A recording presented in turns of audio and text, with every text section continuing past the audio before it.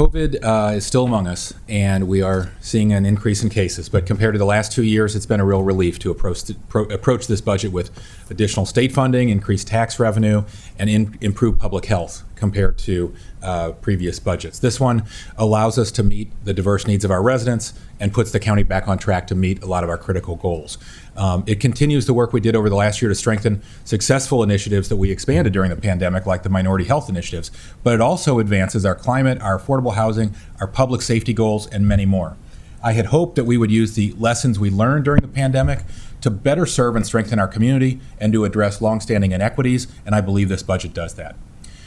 The budget before us wouldn't have been possible, obviously, without the great work by our council office, and our executive staff. So thanks so much to my office staff, particularly Chief of Staff Julio Murillo, our outstanding central staff, Marlene and Craig, but also Dr. Orlin and Ms. Farag, who staff the committees I serve on, and I see their great work up close every week. And thanks to you, Mr. Council President and Vice President, for a great process this year.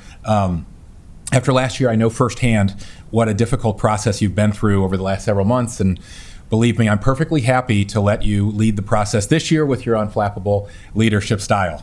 So thanks to you and your staff for getting us to this day as efficiently as possible.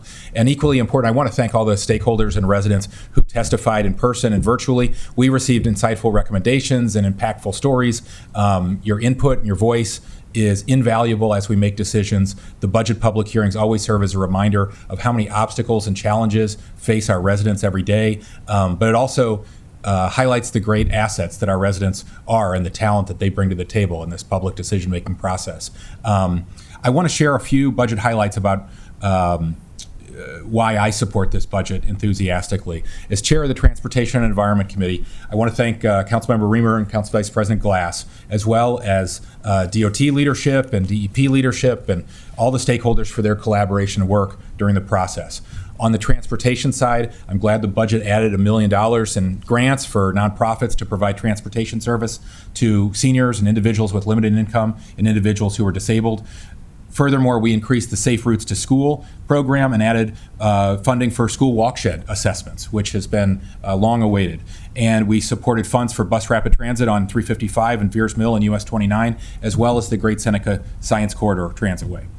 And it included funding to expand our bike and pedestrian infrastructure and to accelerate the transition of Ride-On's fleet to electric buses over the next several years. On the environmental side, we're fully funding DEP and moving forward on our climate and stormwater goals again. The budget includes funding to hire new staff and covering operating costs for new and expanded climate change program, and including the climate change planning NDA. That includes funding for the prioritization of greenhouse gas reduction strategies and the development of an implementation plan to meet the county's greenhouse gas goals.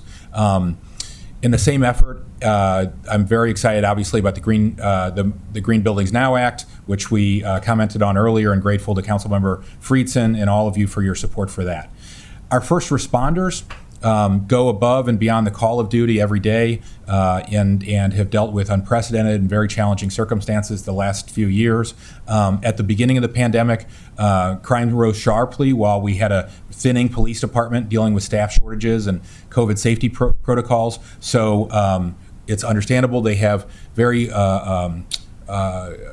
reduced morale and recruitment, and I'm glad that we could restore their salaries to a competitive position in the region. At the same time, we need a police department that's paid fairly and competitive salaries, but also one that's held to high standards and enjoys the confidence of our community. So I'm grateful for the funding and the purchase of 300 body-worn cameras to meet the requirements established in Bill 1821, which I introduced as part of our efforts to improve transparency following the disclosure of the abuse of the grandchild in East Silver Spring Elementary School by a couple of our officers. Funding that legislation will help us now make sure that we avoid and find out right away in the event of any future incidents of concern. And in the same vein, funding's included for the replacement of 90 mobile video cameras, as well as the purchase of less lethal police equipment, and funding for additional staff to randomly review the footage and staff to assist with processing the record high number of Public Information Act requests that our police are receiving. In terms of education, nothing's obviously more important than our schools, so I'm very grateful that this budget expands early childhood learning opportunities in the county and expands the Career Pathways program. I'm grateful to Councilmember Navarro for her leadership on the high school wellness centers, which I'm sure everybody's going to mention, but it's a huge step forward to get those into every high school. And I'm grateful that this budget fully funds Montgomery College, whose class of 2022, I believe, is graduating this morning. So go Raptors. And I'm excited that we included funding for 10.5 positions for the East County Education Center. We've been talking about this for years. That's a huge first step toward bringing a much needed full campus to East County with the help of our state delegation to meet our responsibility to our young people, but it will also be a great asset for the college and our economy as a whole. And finally, I'm very grateful for our commitment to continue to fund our commitment to affordable housing, as we did last year. The Housing Initiative Fund, the Housing Opportunity Fund, and the new preservation of naturally occurring affordable housing are all good steps in the right direction to address the crisis we declared years ago and have been behind at addressing. Those are just a few of the things that I love the most about this budget. I really think it makes many needed investments in our priorities. And it represents a sigh of relief and a hope that we're getting back to normal. Just the fact that we can vote for it in person is a step toward putting the pandemic behind us. We're not out of the woods, and there's much more work for the council to do. But I do want to reiterate my strong commitment to continue working on behalf of and with residents to ensure a more equitable, healthy, safe, welcoming, and thriving Montgomery County. Thanks to all of you.